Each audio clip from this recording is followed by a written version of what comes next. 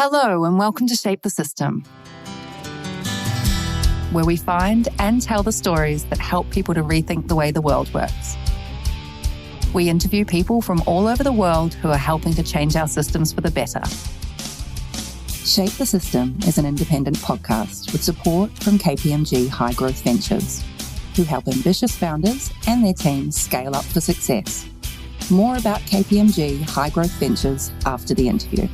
We hope you enjoy this episode. Welcome, everyone, to Shape the System. And wherever you are, I've been saying good morning. I'm not saying good morning anymore because I don't know when you listen to this, but hello and welcome. And we're going to be talking today about energy. And we've done a few interviews regarding energy, but more specifically, we're going to be talking about energy systems and specifically business and energy. And there's a whole bunch there that I don't know. So I'm going to ask a lot of stupid questions. Hopefully that's useful. But firstly, Gareth Evans, welcome to the show and tell us a bit about where you are. Not all of what you're working on because we're going to cover that later, but just get us in the zone and we're going to go straight into the problem space. Great to be here, Vincent. And I'll say good afternoon, good evening, coming out of San Diego, California. And yeah, it's not sunny today. It's a bit overcast, but hopefully we get the California sun back soon. In terms of background on myself, global citizen, grew up Liverpool, England, and had the pleasure of living and working all over the world, supporting commercial industrial businesses around the world to develop major projects from mine sites to oil and gas facilities to nowadays renewable energy projects. And so I had the pleasure of living in Perth, close to, I suppose, where you are today. I'm now in San Diego. Super adventurous, love anything on two wheels, mountain bikes, motorbikes, have a great son and building a startup, which keeps me more than busy. Wonderful.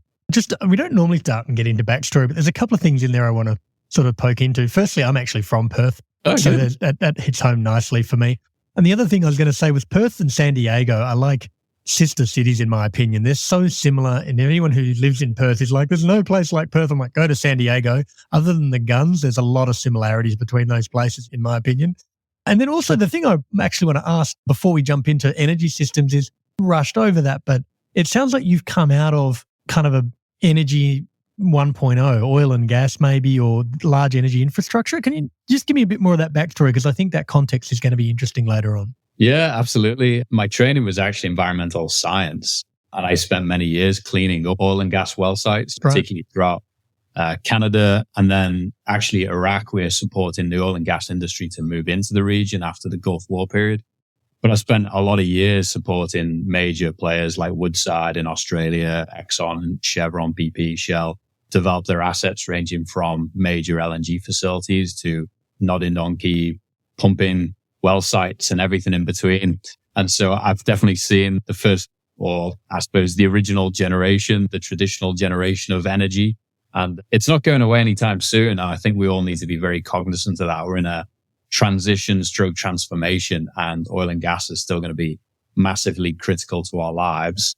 And so if we can do it smarter and cleaner and better and continue to drive profitable outcomes, that's incredible. And it'll only fuel the energy transition in a more organic way.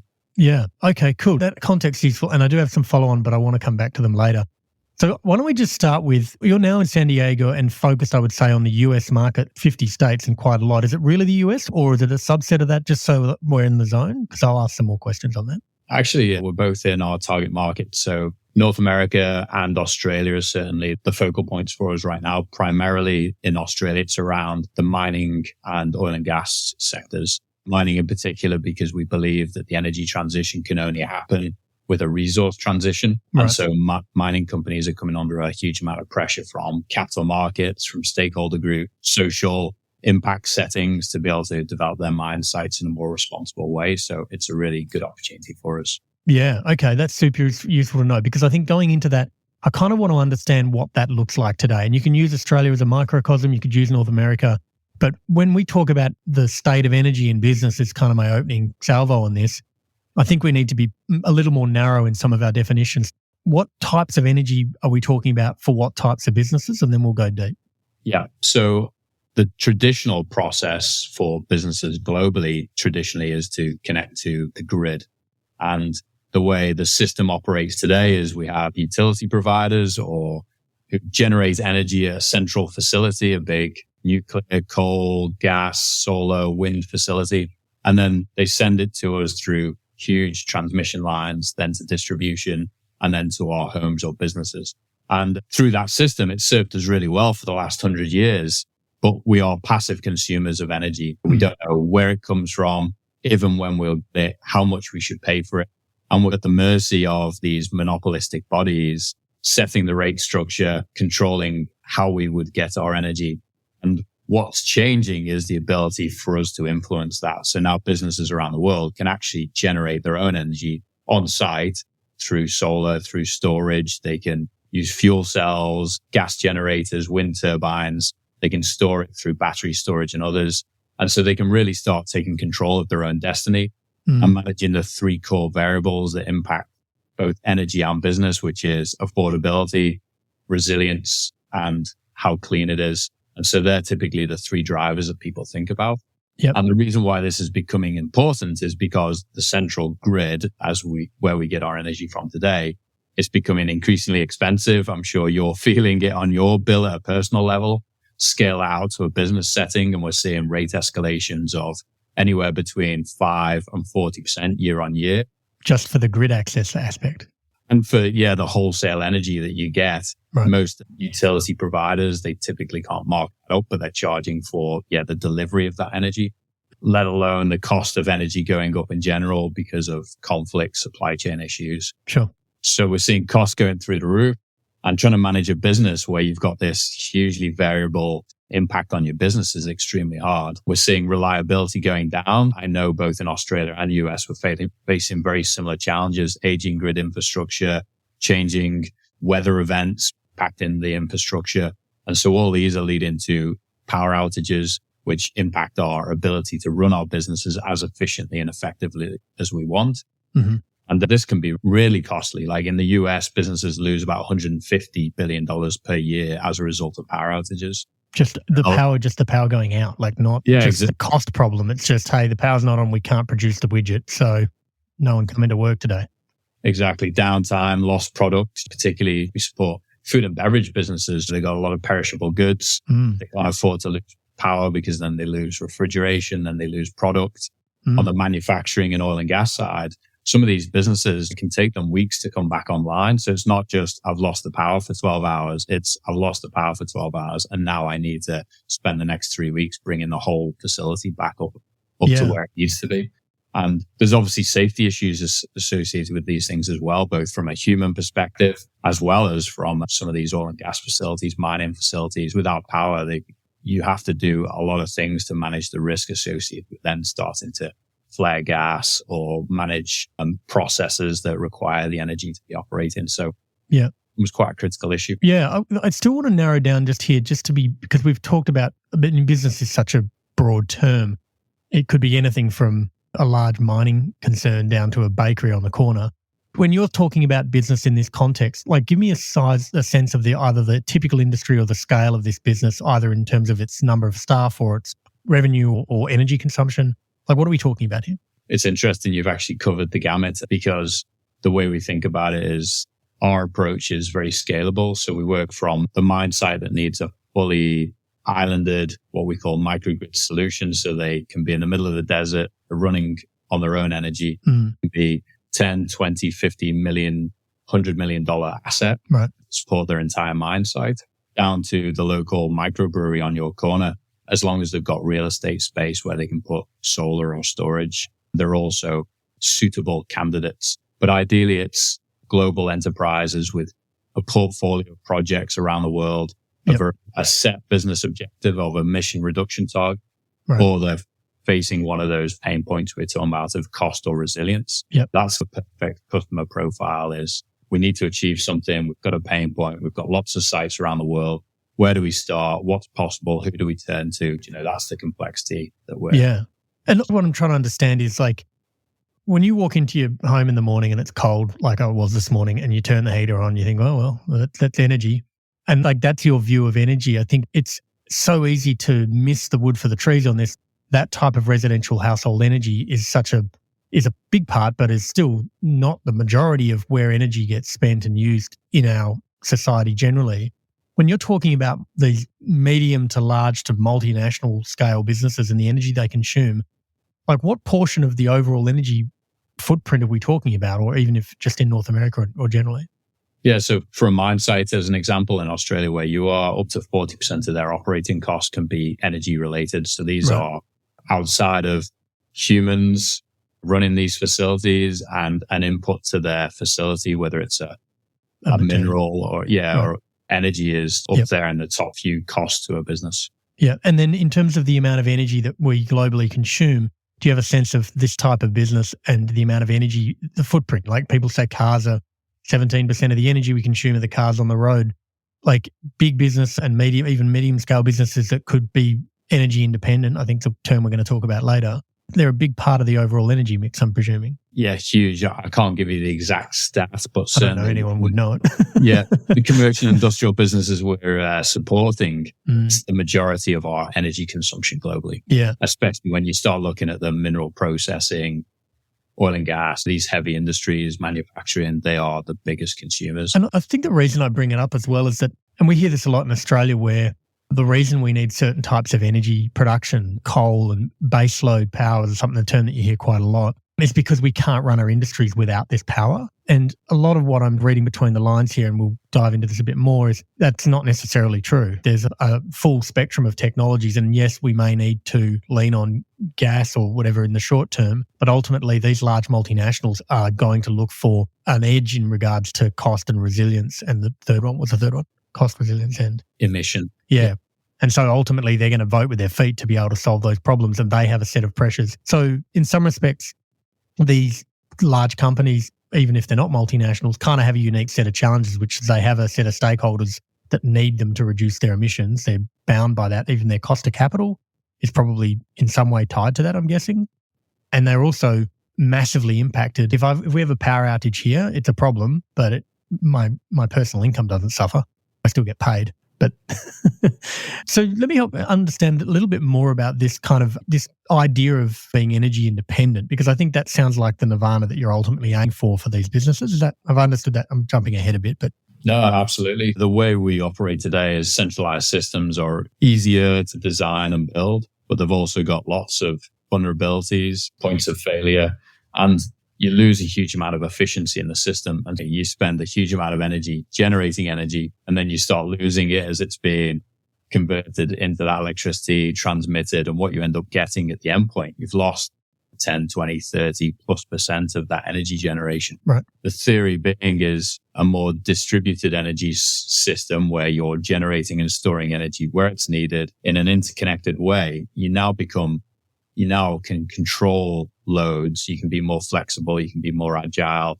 Different producers can share it, sell it, transact it in between each other. So you're not reliant on one individual entity, on one asset that could go down or one transmission line. You're now creating this more resilient infrastructure that's can almost self-heal, self-regulate. We become prosumers of energy. What's a prosumer? Sorry. As in a producer and a consumer. Exactly. Yeah. Yeah. And the technology prices and efficiency gains that we've achieved over the last 5 or 10 years have made these systems more affordable, more accessible, more amenable. Yeah. Yeah, absolutely. And what I'm definitely reading into this, and I know in some of reading up on the material that you've got beforehand, moving from centralized to decentralized sounds like every kind of Web3 nirvana as well. I know that's the second time I've used nirvana in this. I don't normally use that word. But I guess where I wanted to go with this is what happens when someone achieves like an energy independence, in that they have an ability to create or generate and store the energy that they're going to use in all but the most extenuating of circumstances, 3 weeks of winter in the middle of summer kind of thing. And so you'll end up in a situation where they are largely self-sufficient and may have the ability to actually export stuff back to a grid. What I'm trying to understand is there's a kind of, they can be an island, I think, to use your term before, but there's also an opportunity for them to take part in the larger network. Where does the knowledge come as to what they might be doing beyond that network? Like, how do those individual islands know what to be doing? And like, where are those controls? Is it a system or a network level thing? Is it a protocol thing? Like, where is that all going? Yeah. So I'll talk about today, and then I'll talk about where we'll go in the future. Sure. Today, that's the complexity for customers, is there's lots of different technologies to choose from, whether it's solar, storage, gas, wind, diesel. Like, what configuration of those solutions do you need at your facility to meet your energy consumption profile? How much should you be producing? Should you overproduce to then use in the market to be compensated by the utility operator? And the utilities make it extremely complex purposefully through their rate cases, such that they almost, in a lot of cases, disincentivize this behavior. The future will be the utilities will more become just distribution operators, or what I would expect is the traditional model will be replaced by the next generation of data experts, the leading companies that you can think of off the top of your head, the Googles of the world. They'll be the ones who know what to do with data, how to make it accessible, how to create easy to use apps. And the future will be someone will manage the poles and wires and support us to be able to move the energy around. But it'll all be digitalized in terms of how we do that. It'll probably be blockchain technologies to facilitate transactions. And there'll be probably storage built into all our appliances throughout our homes and businesses, where you can store energy, run offline. You can turn the appliance off when your partners within the distribution grid need you to. So it becomes this kind of you're constantly refining the load to match the demand, because what most people don't realize about energy is the system always has to be in perfect balance. Yeah. And so you can't suddenly need a bunch of energy and bring new generation online immediately without being able to manage the consumption. So you need this flexible living entity to be able to really manage the system. Yeah. And the reason why I'm laughing a little bit on that is that for about the last 20 years, we've been sold this idea of a fridge that will order milk when we're out of milk. Yeah. It's completely technically possible, and no one wants that fridge. That fridge doesn't exist. It doesn't work. No one cares. Maybe it'll turn up, but the idea that we have a fridge that says I'm on the grid and I actually am going to store some of this energy, use it myself if there's a problem, and then sell it back, does feel like a thing that you wouldn't know your fridge was doing, but you'd be like, my fridge keeps making me money. I can't work out why that is. Exactly. How cool would that be? That would be an amazing outcome. And even being able to, I love thinking about how can we build community around this? How can you donate your overconsumed energy or your fridge playing the market for you to your local charity or your parents who maybe can't afford the system? So how do you really build that self-sustaining community? And those that can afford and can overproduce can also share with those that maybe aren't as privileged. Yeah. So that's the real opportunity. And I'm interested in kind of the stages here, but I want to come back to where you guys are today, because there's something in the kind of the paradigm when you operate as a large business or as a multinational that the lay consumer kind of has working, but not on the same scale, which is you can drive the energy investment decisions and infrastructure decisions because you're such a big potential customer, right? So I'm a massive mine site. I'm Fortescue Metals. I've got huge mine sites out there. I've got investors and ESG lenses telling me I need to reduce my footprint. My diesel bill's huge anyway in a very sunny location. So clearly it makes sense to do something. And so in that context, they're able to actually influence where things are built and how they're built. Is it in your world, is it being built for them, or is it a bit of infrastructure that they're agreeing to buy from for 20 years? Like, how is this thing actually mechanically working? Yeah. So I'd say there's a few things that have happened. I'd say largely the corporations today, they're saying we're now net zero or we've reduced our emissions. They're buying what are called virtual power purchase agreements. So someone builds a large solar farm or wind farm, and then they sell you that energy. You don't necessarily consume that energy, but contractually you're buying it. Right. And so they're able to then hit the easy button and say, we're now net carbon neutral. We don't consume any dirty power. Right. When in reality, they could be using power from the grid or from their diesel gensets on site, and they're just offsetting it. Right. So that's one mechanism.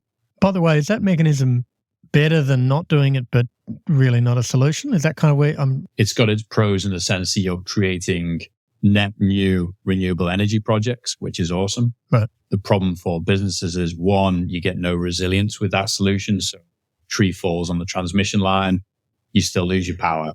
And secondly, businesses are now being called out for greenwashing because they know that the business they're not solving it themselves. They're just almost using a contractual mechanism. Yeah. Yep.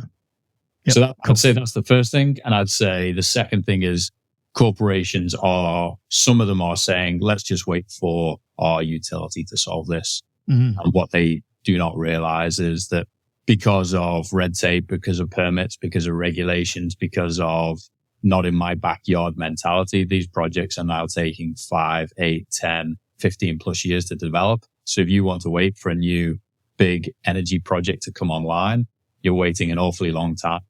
And meanwhile, your energy costs are going up, your resilience is going down, your emission profile isn't changing. And so it's just not a solution. And so that's what's driving businesses to think about how can I gain all these advantages and do it cost effectively and get a return on my investment. But just getting down to the mechanics of how this actually works, Fortescue, I'm just using them because they're a large miner in Australia who I think are tackling or trying to tackle a bunch of this at the moment. They invest and basically buy the infrastructure and run the infrastructure themselves, or they're typically saying, I want this to exist, I'll agree to buy from it, but someone else says, I'll tender for that and I'll build it and manage it for you. So you don't have to get into the energy business. You just need to choose which one of the options is the best option. Is that what's happening? Yeah. So for on-site energy systems, there's multiple options, but either companies self-finance and they build it, they contract someone to build it, but then they finance it, own it, operate it. Yep. Or on the other side of the fence, we have what's called energy as a service contracts. So someone comes in, they want to own it, they want to finance it, they want to build it, they want to operate it, and they just sell you energy at a fixed rate for the next 5, 10, 15, 20 plus years, however long you want to contract for. And we see that being a really attractive option for people because, to your point, most businesses want to specialize on their mining activities. They don't want to be an energy expert, and they can outsource that. It becomes an operational cost versus a capital cost. And there's lots of benefits of that. With some of these global incentives available, Europe, US, Australia, there are benefits to self-financing in the form of tax credits. So for businesses who do carry some tax burdens, there are now some very attractive mechanisms to take advantage of. And that's why I think we'll see maybe some businesses start to explore this more. And the reality is most businesses are used to buying and selling commodities. And I think people are starting to become more comfortable with the fact that instead of just mining an asset, I can now mine energy and I can sell it to the market and I can play that game. And so it's just a slightly different construct, but business mechanics of it are very similar. And in some respects, like I think about, I was a very small part owner in a record store in San Francisco, but we also had coffee in the morning and we ran events, which we leased a venue out, and we also ran it as a record shop and ran bar nights as well. And we got a lot of utility out of the asset that we had, which was a $2,000 a month lease in a pretty challenging part of San Francisco. I think, by the way, it was near the Tenderloin and Nob Hill. And for some reason, it was coined Tender Knob, which I think is probably the funniest and worst and interesting name for a place. But anyway, the point being is that I think if you're a business and you already have a large amount of asset, one of which is the amount of space that you have because you're a large manufacturer or a logistics company, and you're not leveraging it to at least solve your own problem or maybe even monetize it in a way that's relatively straightforward, the infrastructure itself is relatively complex, perhaps becoming more mature in terms of the ability to set up an energy plant and a storage and put the two things together and put an inverter in, and hey presto, you're generating energy. And I think at the end of the day, you're developing a commodity, right? So if you have excess energy, then there'll always be a market for it in most cases, and your ability to sell it is to find someone who's connected to the grid that you're connected to. One of the questions I've got before we jump into a bit about how VECKTA's actually tackling this problem right now and then where you guys are headed as well. And you sort of touched on it before. I'm curious as to the role or potentially the challenge that we're faced with regards to the fact that there is still a reliance on some form of a grid, even if we're trying to distribute it and decentralize it somewhat. And is there a risk here that grids that are not opened and available and maybe even regulated to the point where they have to be made available, even if they're privately owned, or the fact that they're privately owned, how much of this is a problem potentially for a lot of what we're trying to do here, broadly speaking? Yeah, it's actually a huge problem. I'd say from a few perspectives. One is from a fundamentals of the more businesses that defect from the grid or buy less energy from the grid, then people who are generating and transmitting that energy across a populace, they set a rate case for that and they charge us all a rate based on their capital expenditures. The more people that leave that and don't pay into it, those costs are never going down because the infrastructure is aging. It's got to be replaced, maintained, operated. Those costs get spread across fewer people, so their rates go up. So that's a major issue that needs to be countered. Secondly, the utilities that don't embrace it and block it, they're pushing the can down the road, and then that problem really kicks in heavily at some point. And so unfortunately, the people who can't necessarily afford to leave are left holding the bag. So we've got to have a problem or a solution for that. And secondly, I'd say because the infrastructure today is so limited, being able to interconnect to the grid becomes a real pain point. And that's what takes projects so long, because the grid infrastructure just can't handle all these new assets coming online, even though it's good the people on the network. Exactly. Even though it's better for everyone. It's just, and this is a big problem with EVs coming online, because for each electric vehicle brought online, it's equivalent of a new household's worth of energy consumption. And so you can imagine, as we're all trying to plug in this charging infrastructure, the strain on the grid is going to be huge. And it certainly isn't designed for the bidirectional flows proposed to be the future state of you being able to use your car for not only driving, but also for storing energy, pushing it back into the grid when the grid needs it. The infrastructure just isn't designed for that at all. Yeah, I'm reminded a little bit of the way the banking system works. You've got a thing called, that's again, aging infrastructure, called the SWIFT network, and all of the banks are all party to this, and it allows them to basically move money around. But when you send me money and I send someone else money and they send you money, there isn't three lots of money moving. There is simply just a netting out of, well, this is the net outcome of those three transactions all having happened, and therefore we only need to move the incremental or the delta on all of that. And I wonder whether energy ultimately is going to end up in the same place, where what we actually want is as many people self-generating as possible and self-storing as possible. So we need to move the least amount possible, but to be as connected as possible. So when we do need to move, we can handle those moves and we can get energy to where it needs to be. And that just, in a nutshell, sounds very challenging to make work when you've got a private enterprise who says we will benefit if we can charge everyone a fixed dollar amount to be on the network, and we don't actually want that much energy moving around necessarily, or we want to make it hard for people to connect or hard for them to leave. Or in the case of like here, we have in the US, actually regulated monopolistic utilities, which is even more of a problem because they can actively block the whole transition in favor of their business model. Yeah, that feels like a massive challenge. All right, well, let's park that for the moment. I don't know that we'll solve that in our show today. There's people certainly smarter than me working on it. Not sure about you. I'm not going to make that. But I want to understand a little bit more about where VECKTA sits today in terms of the services that you guys are offering in the context, now that we understand a little bit more about business and how they might procure energy. Like, what are the businesses doing or not doing today? And then specifically, what are you guys enabling for them? So the problem statement for businesses is, we know we want to do something, but we don't know what's possible, where to begin or who to turn to. And really there's two incumbent solutions for them. One, they either go to their traditional management consultant that they've used for strategy and other things, and they pay a huge amount of money and they get a glossy report, but then they still don't necessarily know what to do with it. And it's a fixed solution in that moment. It's not this living, breathing solution that needs to transition over the next few decades. Or they get sold to by a supplier in the market who wants to sell them their widget or their service. Buy my solar panel, buy my battery. And you, as Vincent, you've been bombarded by multiple people trying to sell you a solution, but who do you trust? Why is one better than the other? And so you end up becoming a bit nervous. You don't know who to trust. That leads to indecision, which then leads to inaction. It feels complex. It feels hard. And so what we're really supporting business leaders around the world to do is, first of all, baseline, where are they at today? Most businesses, actually, interestingly, don't even know how much energy they're consuming, where they're consuming it, what's it costing them, what's their emission profile. So how are you operating your business today?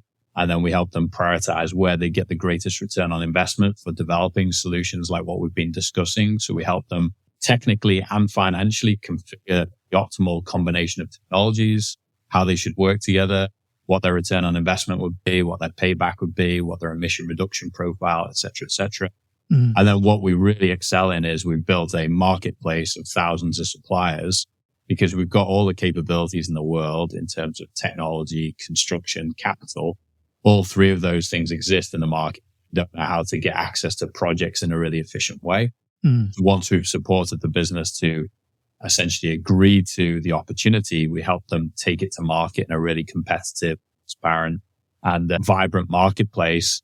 And the suppliers get access to it. They can compete for that work and then ultimately finance, build, own, operate, whatever the right structure is. Exactly. And that's what's super exciting is the suppliers love it because now they don't face all that customer indecision, work and trying to convince someone. Customers like it because they've got an independent entity representing their best interests. We're completely solution agnostic. So we look at all available options for them. Yeah. And so we want to make sure that they're in control of the process, that they're making the right decisions. They've got data. They've got the dashboard to socialize it internally, get the right executive buy-in, get the right sign-offs, and then facilitate all that. So it'd be the equivalent of you using your Expedia to buy your holiday. You don't have to be a holiday expert. You don't have to know all the airlines, all the rental car companies, all the hotels. You just get here's my 3 options, sort of cheapest, recommended, premium, and then you get to select. And so it's all about simplifying and accelerating the process for businesses and making them feel really comfortable about making this change. Yeah, and just in terms of some of the mechanics in this, so just for some context where this question's coming from. So I've spent a fair bit of time working in and around mortgage broking, predominantly in Australia, and it is, I would say, unnecessarily complex in Australia. It doesn't need to be this complex, but it is. And it's complex because you've got 20 or 30, in our case, banks who have a different view on how to interpret and look at someone's data. And to solve that problem, you can't simply just throw technology at it. We do throw technology at it to get better at running the calculations and sifting through all the options and cutting out the ones that won't meet or won't get approved or whatever the thing is. But ultimately, there's still a human who's having to make a decision. So I'm curious in terms of this as a parallel, the technology is doing a bunch of the heavy lifting, but you have a decision maker, typically probably a CFO/CEO or even board, who are maybe not in this every day, so they don't understand what they don't understand. They don't know what they don't know kind of thing. And then you have someone on the other side who's, I can deliver it, just tell me what you need. And I guess my question is, in terms of a service delivery model, is it platform plus people? Are you joined at the hip, but also there's a human there who's trying to help navigate this with the human on the other side of the equation? Certainly today, because it's a new market, it's new for a lot of people. As you say, our buyers are typically non-technical experts. They don't know the energy sector. They're making a multi-million-dollar purchase. So it's 95% technology with then some white glove service to give them, to hold their hand, take them on the journey, make them feel really comfortable, ensure they get the best outcomes, provide a sounding board. The technology designs will be completely self-guided, but we just know based on the maturity of the market and the customer needs that there just needs to be some degree of that personal interaction today.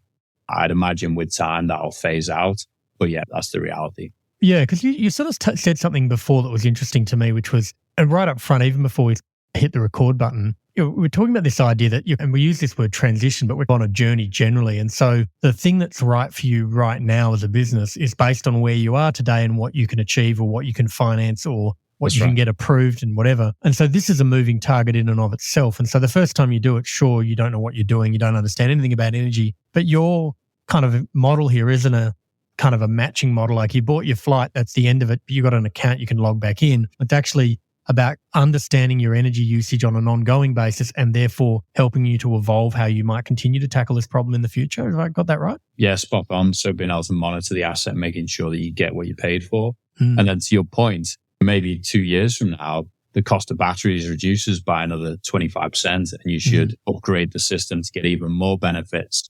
Or now a project in pencil a few years ago actually now makes huge business sense because the utility rates changed. They've gone up much. So, to actively, we talk about providing actionable intelligence to our customers. And that's what it's about in a real-time basis. How do you support them to make those really informed decisions based on actionable intelligence? Actionable intelligence leads to smart decisions, which then draws really high quality suppliers into the market vying for your work, which means you get better solutions at prices, which then makes you want to develop more projects. So it becomes this real sort of self-fulfilling cycle. And across a global portfolio of assets or even a regional portfolio, the supplier who builds your solution in Perth is not going to be the same one that probably built it in Sydney. Right. And so for a lot of businesses, even knowing who to trust, who to turn to, who's the best partner. So we do all that pre-qualification, the vetting, making sure that the suppliers are receiving the bid specs in such a way that they can put a bit of their secret sauce onto the solution, but they're all bidding against the same criteria. So you get apples to apples bids back and you're not comparing completely different solutions. We already have helped you understand what is the optimal solution for your business technically and financially. Yeah. It's in every marketplace model kind of has this battle. And I'm curious in terms of how you solved / probably still solving. As you said, there's thousands of potential suppliers, or sometimes you might need 2 or 3 suppliers working together. You've got to start with the supply side. You've got to have things available to sell. In terms of the North American context even, how have you managed to solve that challenge? How have you managed to make this attractive to a supplier before the customers are yet to show up kind of thing? Yeah, definitely. There's always that chicken and the egg, isn't there? I'd say in this market, for sure, the hard side of the market is the demand side, so the customer with the energy need. And so our strategy is to support those customers to originate high quality projects, which then attracts the suppliers. In order to get the initial flywheel going, we've got, based on huge amounts of experience and project deployment expertise, we know who the right suppliers are in the right markets. And so we've onboarded over 4,000 suppliers today. So we've got a minimum criteria of suppliers that cover the full breadth and depth we need to offer. But we're not onboarding every supplier on the planet at this stage. I think at some point they can self-guide, self-onboard. It'll all be sort of social performance based. Who's done a good job? How did they do it? What's their project experience? How long have they been around? All that criteria will be captured. Today, we've made sure we bring on the leading global suppliers, ranging from the Siemens and the Caterpillars down to the local developer in California and Western Australia. So try to get a nice cross section.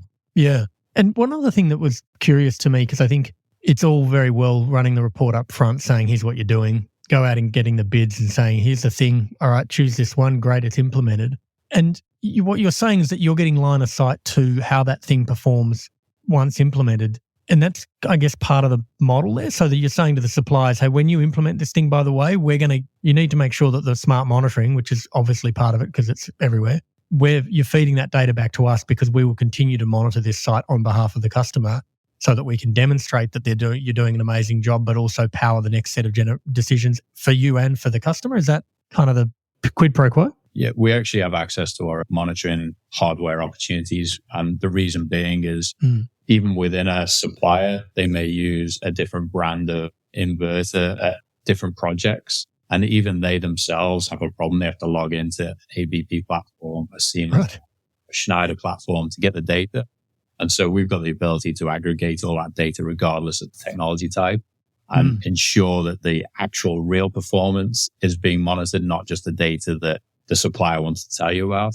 And then to your point, then we can feed that back into the analysis at the front end, as well as when suppliers in our market are bidding for work, it's their confidential information, but we can aggregate it across a market and then use that to also inform how much would a project typically cost? What are the market signals that customers should be thinking about? And really just driving that intelligence so people can act on. Yeah. And I want to get to something about where we are today and what's changed. And because in theory, a lot of the technologies that we're talking about could to enable someone to go and put in their requirements, understand what they're spending today and understand where their energy mix is today and then find a better option. This isn't necessarily new technology as an idea. You're obviously bringing it together at a moment in time. Why is now this moment in time? Like what's happening right now or has been happening the last few years that has made this an absolute imperative? And I'm thinking about it from a market dynamic perspective, but I'm also interested, especially in the North American context, some of the regulatory kind of things that are here and now that are like, if you don't move on this now, you're missing the wood for the trees. Like you should absolutely be thinking about this right now. Yeah, no, it's a great question. I'd say in terms of the technology themselves, just as a few highlights, both solar and storage have come down in price by over 80% in the last 10 years. So the actual infrastructure itself has become way more accessible. Micro gas turbines, lots of new technologies. Obviously, EVs coming online. I've got a lot of customers thinking about how can they electrify their fleets. To do, they need access to more energy. They don't want to be spending more through the utility. So there's all these driving factors in terms of the immediate market dynamics.